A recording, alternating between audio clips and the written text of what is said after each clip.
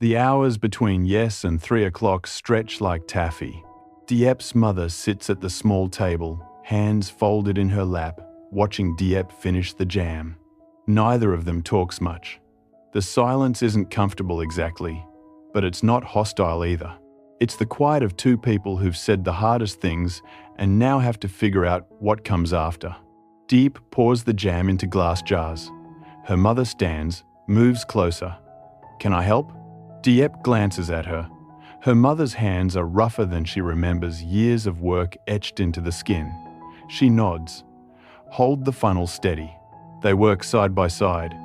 Diep pours, her mother holds. The hot jam fills jar after jar, golden and thick.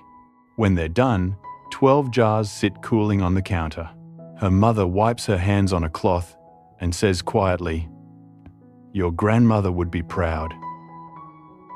Diep doesn't know how to respond to that, so she just says, "Thank you." At 2:30, her mother stands and smooths her shirt. Nervous energy. What should I? How should I? She stops, starts again. What do I say to her? "The truth," Diep says, "that you're her grandmother, that you're sorry you weren't here before." And if she asks why, Diep meets her mother's eyes. "Tell her you made a mistake. Children understand mistakes." Her mother nods, but she's still nervous. Diep can see it in the way she keeps touching her hair, checking her reflection in the dark window. This woman who raised Diep with iron discipline, who never showed weakness, is terrified of meeting a 7-year-old. At 2:50, Diep picks up her basket. "Come with me." They walk to the school together. The path is familiar. Diep's walked it twice a day for 2 years now. But with her mother beside her, it feels different. Smaller, somehow.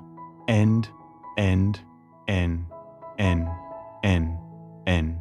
Like seeing your childhood home as an adult and realizing it was never as big as you remembered. The school bell rings. Children pour out of the building, a river of noise and energy. Diep spots Ni immediately. Her daughter's braid is coming loose, her shirt untucked, her face bright with whatever happened today. Ni sees Diep and waves. Then she sees the woman standing next to her mother. She slows, stops a few feet away, eyes moving between Diep and this stranger. "Ni," Diep says gently. "Come here, sweetheart." Ni approaches cautiously. "Mom? Who's this?" Diep kneels down, eye level with her daughter. Her mother stands back, giving them space. "Ni, this is your grandmother. My mother." Ni's eyes go wide. "Grandma?" "Yes." Ni looks at her grandmother properly now, taking her in. The grey hair, the weathered hands, the eyes that are suddenly wet. "Your grandma?" Diep's mother steps forward slowly, crouches down to Ni's level. "Yes, my dear, I'm your grandmother." "Where were you?" Ni asks. Not accusatory, just curious. The innocent honesty of children. Diep's mother's voice shakes. "I was away, working, and I'm very sorry I wasn't here. Are you staying now?" "If your mother will let me." Ni looks at Diep. Diep nods. And just like that, Ni's face breaks into a grin. "Grandma!" She throws her arms around her grandmother's neck. Diep's mother catches her, holds her tight. Her shoulders shake. She's crying, but silently, face buried in Ni's hair. Diep stands back and watches this moment she couldn't have predicted. Her daughter and her mother meeting for the first time. Healing something neither of them knew was broken. When they pull apart, Ni is chattering. "Grandma, do you know how to make jam?" "Mum and I are making jam, and Dad's away, but he's coming home soon, and I go to school every day. And my teacher is nice, but there's a boy who pulls my hair." And her grandmother laughs, actually laughs. "Slow down, my dear. I want to hear everything, but maybe we can walk and talk?" They walk home together, Ni between them, holding both their hands. She swings their arms and talks non-stop. Diep's mother listens like every word is precious. like she's trying to memorize everything she's missed. When they get home, Nee shows her grandmother everything. The jars of jam, the photo on the wall, her homework, her favorite doll. Her grandmother examines each thing carefully, asks questions, nods seriously when Nee explains why this doll is better than that one. Diep starts preparing dinner. Rice, vegetables, the last of the fish. Not much, but enough. Her mother appears in the kitchen doorway. Let me help. They cook together. Diep chops, her mother stirs. Nee sits at the table, doing homework, but mostly watching them. Mom, she says suddenly, can Grandma stay for dinner? Of course she can. Can she stay forever? Diep's hands still on the cutting board.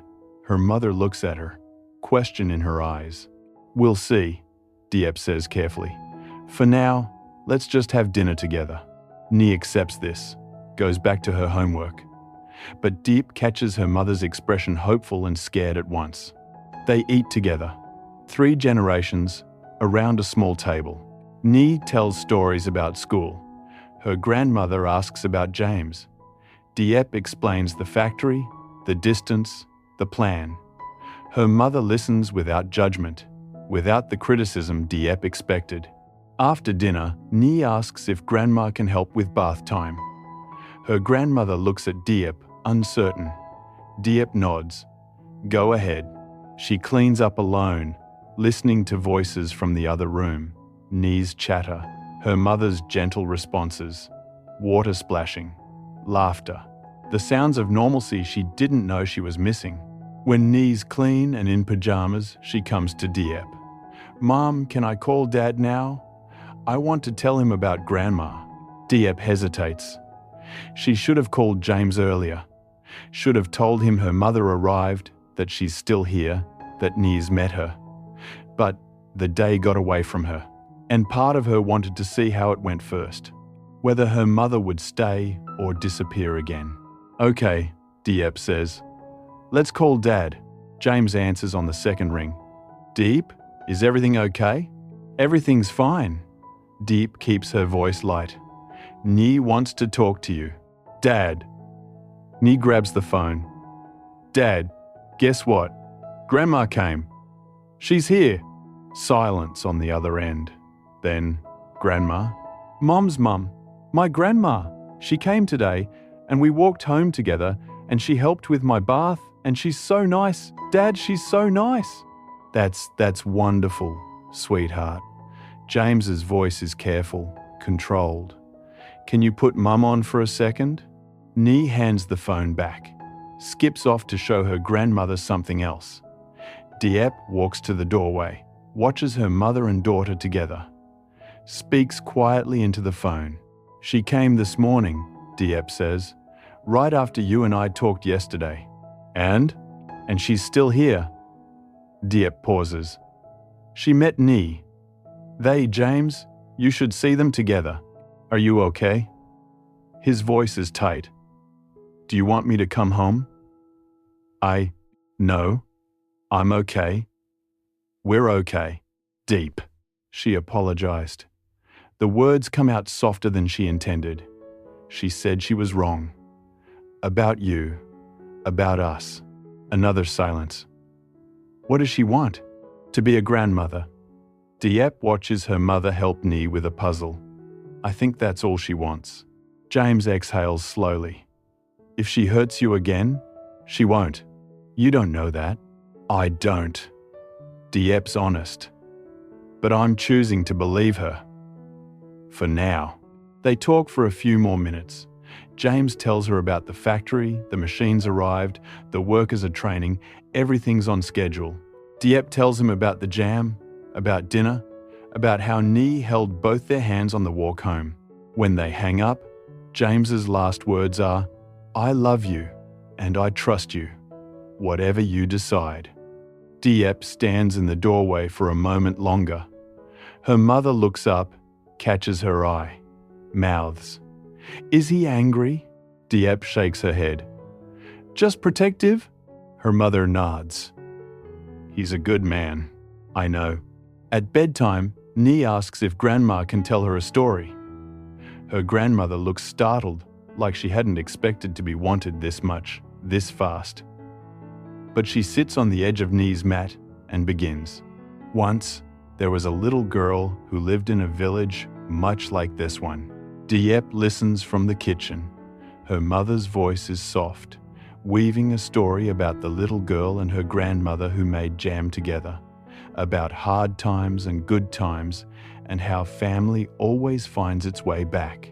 When Nee falls asleep, her grandmother stays sitting there for a long moment, just watching her granddaughter breathe. Diep brings tea. They sit together in the main room. The silence different now, easier. She's wonderful, her mother says quietly.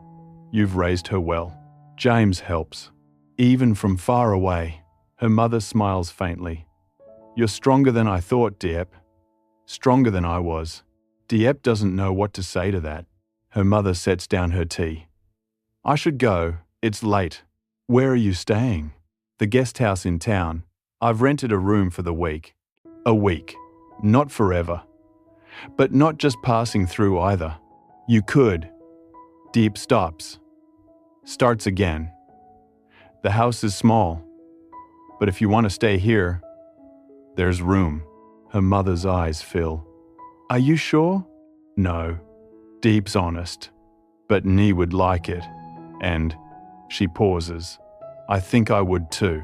Her mother reaches across the space between them, takes Diep's hand. Thank you. That night, Diep makes up a sleeping mat in the corner. Her mother insists she doesn't need much. They move around each other carefully, still learning this new dynamic. But when Diep lies down next to Nee, she hears her mother whisper, "Good night, Diep." "Good night, Mom." The next morning comes with new routines. Her mother wakes earlier than Diep, has water boiling by the time Diep gets up. They make breakfast together, quiet and efficient. Nee wakes to find both of them in the kitchen and grins like it's Christmas. "Grandma, you're still here. I'm still here." At school drop-off, Nee asks if Grandma will be there when she gets back. Her grandmother promises, "I'll be here." Walking home, Diep's mother says, "I'd like to help with the jam or whatever you need." "Oh, you don't have to." "I want to." Her mother's voice is firm. "I've missed 7 years. Let me help now." So they work together, picking more fruit, boiling more batches. Her mother knows the work. Her hands remember rhythms. Diep didn't know she'd learned from her. They fall into a pattern, companionable silence, broken by small conversations. "How long has James been gone?" her mother asks. 5 days now. Maybe another week. "And you manage alone?" "I manage." Her mother is quiet for a moment. Then, "Your father used to travel for work, months at a time.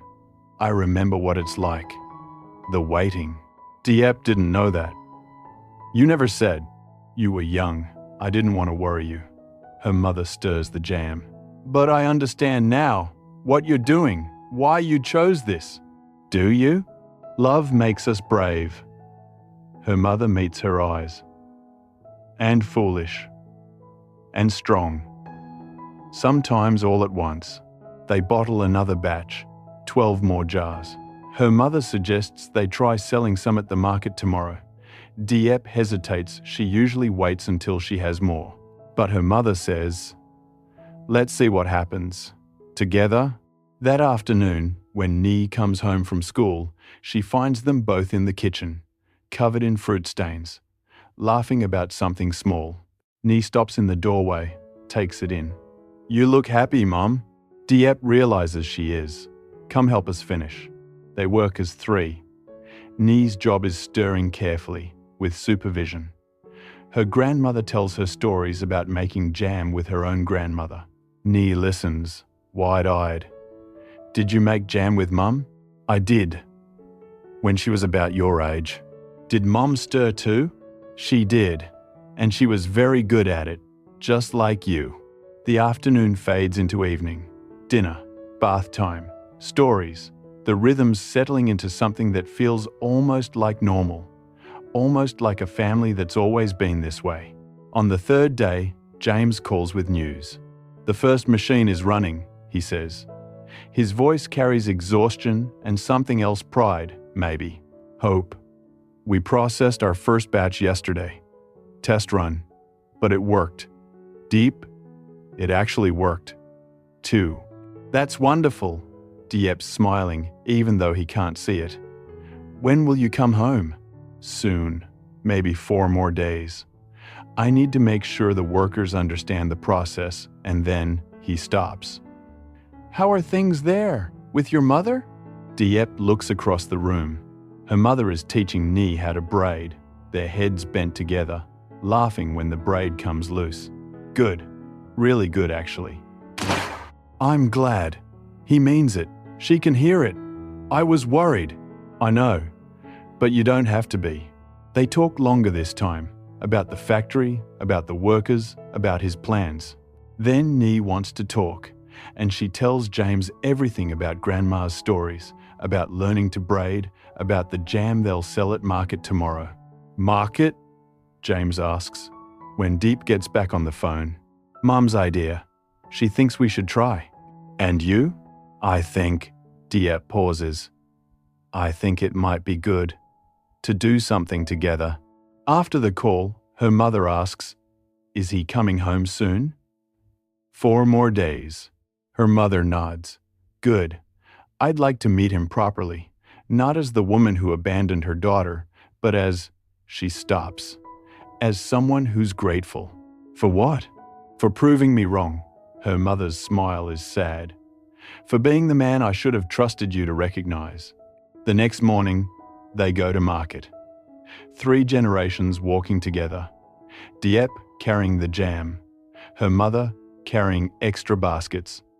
Ni skipping ahead. The market is crowded, noisy, full of familiar faces. People notice. Of course they notice. Diep! Is that your mother? I haven't seen you in years. And who's this little one? Her mother handles it with grace. Smiles, nods, doesn't explain more than necessary. They set up at Diep's usual spot. Arrange the jars. Her mother suggests putting out a sample jar, let people taste before they buy. That's half a jar of profit, Diep points out. That's guaranteed sales for the rest. They try it. And her mother's right. People taste, their faces light up, they buy. By noon, they've sold 8 jars. By afternoon, all 12 are gone. Diep stares at the empty baskets, amazed. We should have brought more, her mother says. We didn't have more. Then we make more tonight. They do. After dinner, after Ni's asleep, Diep and her mother work side by side, boiling, stirring, bottling. The kitchen warm and fragrant. Her mother tells stories about her own mother, about learning this same process as a girl. She used to say, patience makes it sweet. Rushing makes it burn. I wish I'd known her better, Diep says. She would have loved Ni. Her mother's voice is soft. She would have loved seeing you like this. Strong. Independent. Happy. Am I? Diep asks. Happy? Her mother looks at her. Aren't you? Diep thinks about it. The house is still small. The money's still tight. James is still away. But her daughter is healthy and loved. Her mother is here, helping, healing. The jam is selling. Yes, she says finally. I think I am. That night, lying in the dark, Diep hears her mother whisper, I'm proud of you, Diep. I should have said it sooner. But I'm proud. Diep's throat tightens. Thank you, Mum. The days blur together in a rhythm that feels almost magical. Market in the mornings, jam making in the afternoons, Ni's chatter filling the spaces between, her mother settling into the household like she's always been there. And every night, James calls. The conversation's getting longer, more hopeful. The factory is working, the orders are coming in. He'll be home soon. On the 6th day, her mother sits Diep down. I need to tell you something. Diep's stomach drops. Here it comes. The other shoe. The reason this has all felt too good to be true. I'm not going back, her mother says. Diep blinks. What? To the city, to my old job. I'm not going back. Her mother's voice is steady. I've been thinking about it since I got here. I want to stay, help you, be here for me, if you'll let me. Mom, I know the house is small. I know I don't deserve this after leaving, but I'm asking anyway. Her mother's eyes are fierce. Let me stay. Let me be part of this. Diep doesn't answer right away. She looks around the small house, smaller now, with 3 people in it, but somehow fuller too. She thinks about the market, the jam, the quiet companionship of working alongside her mother. She thinks about Nie's joy at having a grandmother, about James coming home to a family that's grown instead of shrunk in his absence. Okay, she says finally. Stay. Her mother's face crumbles with relief. Thank you. Thank you. They hug. Really hug. For the first time in over a year. And something in Diep that's been clenched tight since her mother left finally loosens. That evening, when James calls, Diep tells him. Her mother is staying. He's quiet for a long moment. Then, are you sure? I'm sure. Then I'm happy for you. For all of you. 4 more days? Diep asks. 3, James corrects. I'm coming home in 3 days. I can't wait any longer. Diep smiles. We'll be here, all of us. After she hangs up, her mother asks, He's really coming? 3 days. Her mother nods slowly. Then, I should make something special.